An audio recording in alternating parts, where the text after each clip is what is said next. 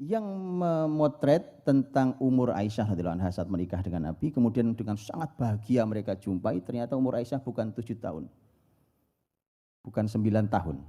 7 tahun akad, 9 tahun serumah. Sebenarnya kalimat Aisyah sendiri.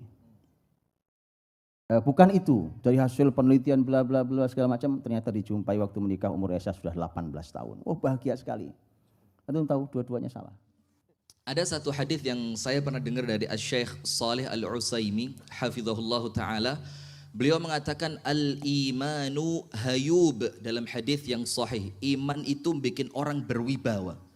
Jadi ternyata wibawanya dia itu bukan sekedar dia hafal Al-Quran, bukan sekedar dia itu mengerti Al-Quran, tapi justru wibawanya itu muncul dari keimanan. Nah, ini ada beberapa kisah Pak Ustadz yang iman itu bikin orang keren gitu, berwibawa. Iya, memang begitu teman-teman.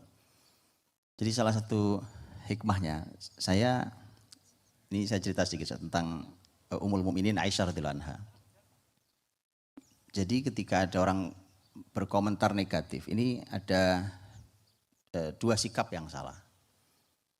Tentang masalah usia pernikahannya Ummul Mukminin Aisyah radhiyallahu anha. Itu kan hari ini menjadi sejak para orang-orang orientalis itu menyerang Islam itu, mereka kemudian menjadikan ini sebagai pintu besar untuk menyerang Islam.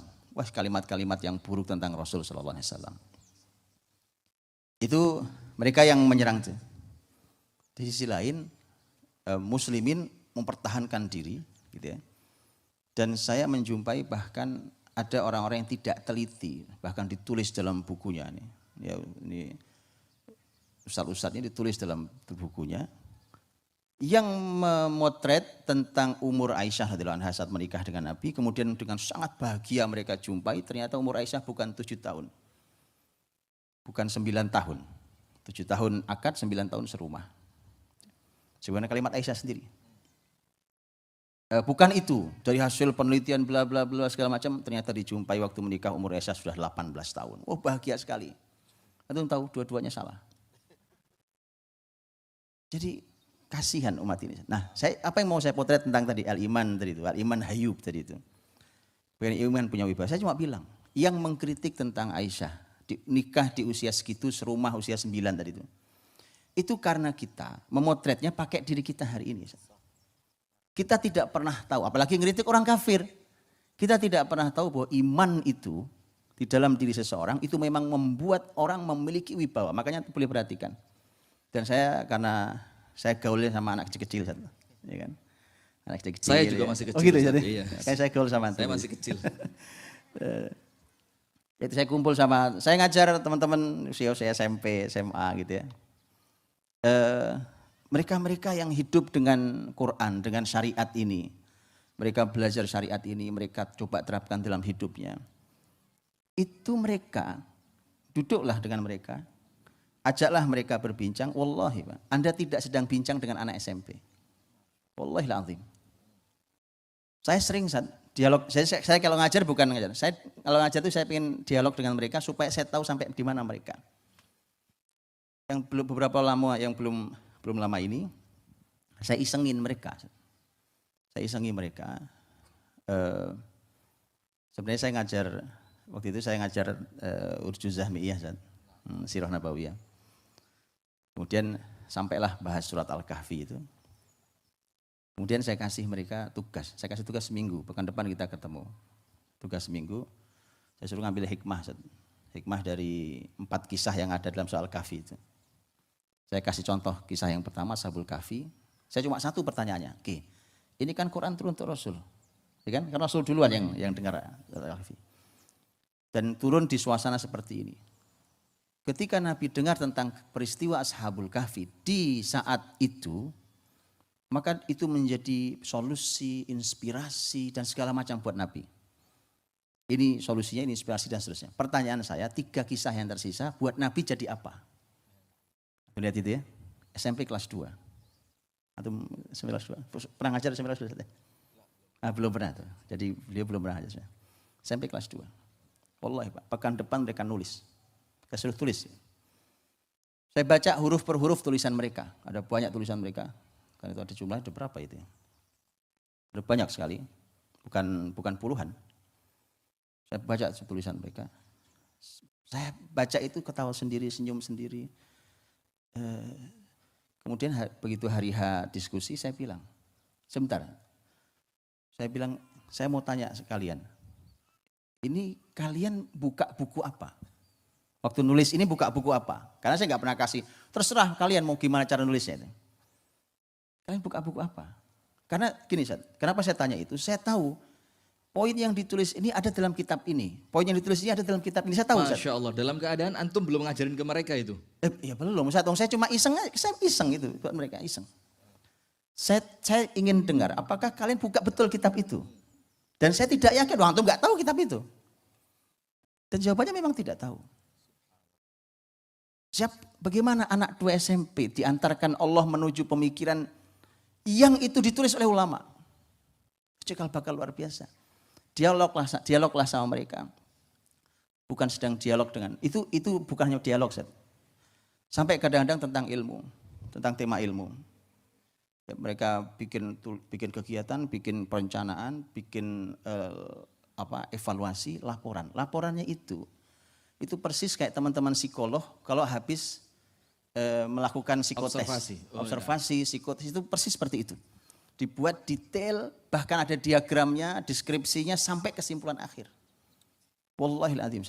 Saya bilang, dari mana kalian belajar ini? Kalian itu nggak pernah keluar dari pesantren, di dalam pesantren aja tuh. Dan nggak ada ilmu itu. Itu bayangkan itu. Jadi makanya yang berkomentar buruk tentang Aisyah radhiyallahu anha itu, karena memang nggak punya iman. Jadi mereka tidak pernah tahu bahwa iman itu membuat orang menjadi hayub, menjadi penuh dengan wibawa. Gitu saya. Ini luar biasa. Ini lagi ada salah satu yang kita ambil dari apa yang beliau sampaikan barusan itu, kita menilai Ibunda Aisyah di zaman itu dengan penilaian kita yang zaman sekarang. Dan kita tidak punya feel zaman itu. Ustaz, saya pernah contoh gini, Ustaz. Saya pernah tanya ke banyak orang di masjid. Saya bilang, Imam Bukhari rahimahullah ta'ala, kita pernah nyoba hafal hadis ya teman-teman ya. Apa yang untuk coba hafal, banyak arba'in Ustaz ya, arba'in. Oke, selesai arba'in, 50 hadis tuh. Ya, 40 hadis Imam Nawawi, kemudian Ziyadat Ibn Rajab, total jadi 50. 42 Imam Nawawi tambah 8 Imam Ibn Rajab. Arba'in Nawawi, itu kan hadisnya langsung sahabat. An Amiril Mu'minin Umar bin Khattab radhiyallahu anhu qala sami'tu, langsung sahabat. Kan kalau dalam Sahih Bukhari kan enggak begitu. Kalau haddatsani fulanan sampai Rasulullah SAW, itu satu hadis. Imam Bukhari mengatakan, saya memilah Sahih Bukhari ini yang isinya para ulama mengatakan dengan pengulangan sekitar 7.000 riwayat. Beliau mengatakan, saya pilah ini dari 200.000 hadis dhaif yang saya hafal dan dari 100.000 hadis sahih yang saya hafal. Tapi cara ngafalnya kayak tadi, bukan dari sahabat begini, Rasul begini, enggak. Oke, itu Imam Bukhari. Pertanyaan saya, ini pertanyaan saya. Kalau kita lakukan tes IQ pada Imam Bukhari, nilainya berapa? Wah, luar biasa banget ya. Jadi yang dihafal antara dhaif dan sahih aja, yang dhaif 200.000. Yang sahih 100.000. Subhanallah. Dengan berapa ribu nama itu? Oh jelas. Nah itu pertanyaannya, kalau di tes IQ, Imam Bukhari skornya berapa? Kira-kira berapa? Jebol katanya Ustaz. Jebol Ustaz. Saya sudah bilang, alat ukur pengetesan IQ hari ini dibuat dengan ilmu hari ini. Dan ilmu hari ini tidak di tangan muslimin. Jadi kalau mereka merasa heran, enggak mungkin lah. Antum tahu bagaimana para orang-orang orientalis itu menyerang hadis Nabi, itu pintu besar yang mereka masuki adalah Abu Hurairah.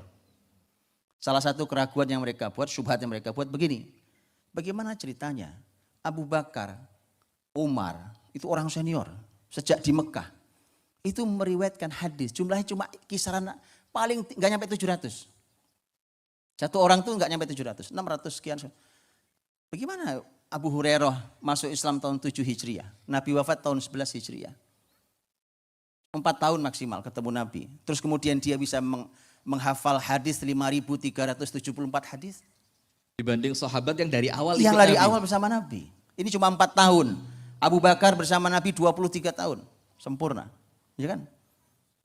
Atau kemudian mereka bilang, Abu Hurairah ngarang sendiri nih. Nah gitu Pak. Itu sudah dijabarkan oleh banyak sekali para ulama, intinya gitu. Salah satunya adalah iyalah, kalau pakai otakmu hari ini nggak akan kuat. Jadi Gitu, malah Zat. malu-maluin ya, dapetnya malah malu-maluin. Malah ya. malu-maluin, jadi jangan komentar. Kalau diukur tes IQ tadi kepada Imam Bukhari, bukan berapa skornya. Alat ukurmu jebol, putus. Itu alatnya, timbangan tuh putus. Wallahi saya pernah tes di lapangan. Saya hadir, kita psikolog. Zat. Dan sampai sekarang, bahkan bukan satu peristiwa, beberapa peristiwa. Anak kecil sekolah di Kutab, dites sama psikolog, tes psikologi. Psikolognya bilang, saya nggak ngerti cara nilai anak ini. Itu sekali. Yang kedua ada dialog. Saya punya dialog. Dialog juga dengan pakar-pakar pendidikan. Ada yang ahli psikologi, ada yang ahli pendidikan anak. Doktor bahkan pada lulusan luar negeri segala macam. Begitu dilemparkan sebuah kisah nyata itu, bagaimana anak berdialog. Mereka bilang, anak ini kalau ditanya seperti pertanyaan ini, suatu hari nanti jawabannya konsisten tidak? Kita jawab konsisten, kalau konsisten nggak tahu jawabannya, ini apa anak ini? Belum kayak Imam Bukhari. Belum kayak Imam Bukhari, udah Baru putus anak alat kecil. ukurnya. Itu maksud saya, dan itu semua babnya adalah iman.